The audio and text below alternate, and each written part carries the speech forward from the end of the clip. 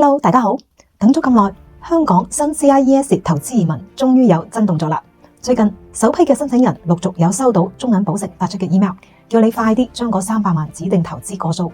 咁好多朋友嚟問我，2700萬我都投咗啦，咁呢300萬有咩咁特別呢？點解要指定中銀寶盛？今日呢條片我會帶大家去拆解一下呢筆錢究竟係點樣監管嘅。大家記得點讚收藏我呢個視頻，關鍵時刻可以揾得到。首先呢300萬就唔係俾你買股票嘅，而係入咗一個國家隊嘅投資組合。邊個管？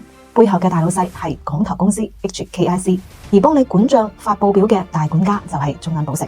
投去邊？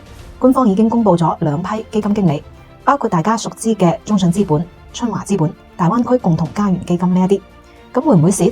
官方講到明啦，唔保本。呢啲錢係投科創、投 AI、投硬科技，但係有個好消息，唔使補倉。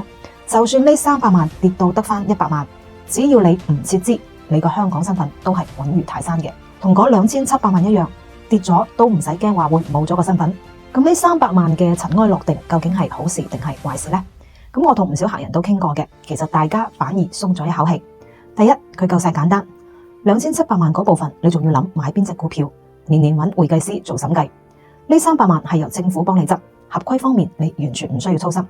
第二，有身份背書，你嘅錢係直接支持香港科創，可以話係同香港共創未來。入境處睇到你呢筆錢，對你攞永居只有好處冇壞處。第三，7年後點樣攞返？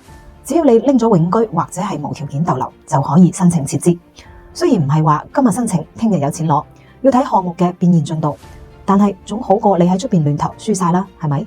總之一句說話，呢300萬係你攞香港身份嘅定心丸。如果你都有收到呢封 email，或者仲諗緊點樣配置資產最穩陣，即刻喺評論區留言300萬，或者直接私信我，我會將最新嘅官方合規清單同埋轉數細節 share 俾你。關注我，辦香港身份記得揾我啦。